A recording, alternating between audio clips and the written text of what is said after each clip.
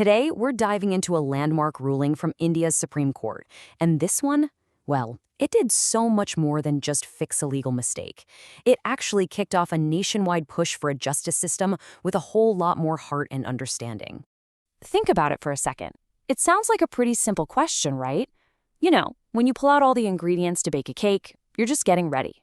But the moment you start mixing that flour and sugar, you've actually started baking.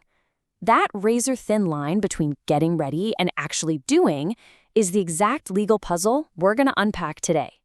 So, this whole story gets started when a high court decision really made waves. In a very disturbing case involving a minor, the court actually reduced the charges. Their reasoning? They said the accused actions were only preparation, not an actual attempt. As you can imagine, this ruling caused a huge public outcry, and that was the spark that got the Supreme Court to step in. Okay, let's get into it. First, we're going to unpack the landmark legal ruling itself and really dig into that key difference between preparation and attempt. Then we'll look at how this one single case is paving a brand new path for the entire judicial system. All right, let's dive right into the legal core of this thing. It all comes down to the super fine but absolutely critical line between two ideas, preparation and attempt. So in criminal law, this difference is everything. Preparation is just the planning stage. You're thinking it through, maybe getting what you need. Attempt, on the other hand, is when you cross that line from just planning to actually doing. The High Court, in this case, basically argued that the accused hadn't crossed that line yet. But then the Supreme Court itself just cut right through all the legal fog with this really powerful statement. They made it crystal clear. An attempt is that direct step towards the crime. It's like you've crossed the starting line of a race, even if you don't end up making it to the finish. Now let's just look at the facts for a minute. The accused took the minor victim on his motorcycle, he stopped the bike, dragged her toward a secluded spot, and then started the assault. The only reason he fled was because witnesses heard her screams and came running. I mean, these aren't just plans, right? These are very clear, very deliberate actions. So, with the Supreme Court's own definition in mind, and looking at what actually happened in this case, had that line been crossed? Was this just someone getting ready, or was it a direct move toward committing the crime? The Supreme Court's answer was a huge, resounding yes. They ruled that what the accused did went way beyond just preparation. The crime was already in motion. It was only stopped because other people intervened. This was, without a doubt, a case of attempt, and so the High Court's decision was thrown out.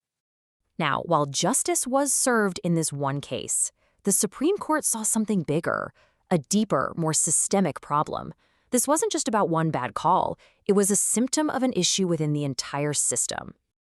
And this is where the case really held up a mirror to the justice system, and what it showed was a critical need for way more compassion and sensitivity, especially when you're dealing with such traumatic cases. This statement from the court, it just gets right to the heart of it. A judgment can be legally perfect, but if it lacks empathy and understanding, is it really justice? The court made it plain. Compassion isn't just a nice to have, it's a fundamental part of a just system. So how do you fix a problem that's baked into the system? Well, the Supreme Court didn't just point out the issue. They proposed a really bold solution. They ordered the creation of a national roadmap to totally transform how the judiciary handles these incredibly sensitive cases. And this shows just how serious they are. They've laid out a methodical plan, form an expert committee led by a former judge, have them review everything that's been tried before, and then draft brand new, comprehensive guidelines. And get this, they have to submit their report within 3 months. That's a tight deadline. And here's a detail that is so crucial. The court specifically insisted that these new guidelines can't be filled with complicated legal jargon. They have to be easy to understand. Because, real justice has to be accessible to everyone, especially the people who are most vulnerable.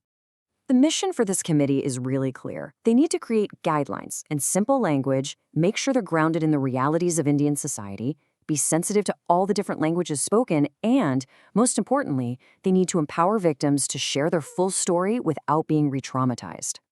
So, when you step back and look at the whole picture, this one case leaves behind this powerful two-part legacy that goes way beyond the people who were directly involved. Look, this judgment is so important because it did two massive things. First, it corrected a major legal screw-up in a really critical case. But even bigger than that, it launched a nationwide effort to build a justice system that is fundamentally more compassionate and more humane. And that leaves us with this huge, powerful question. The Supreme Court has started this incredibly ambitious journey to weave empathy into the very fabric of the legal process. So, can compassion actually be written into law? Well, this landmark judgment is India's determined effort to find out.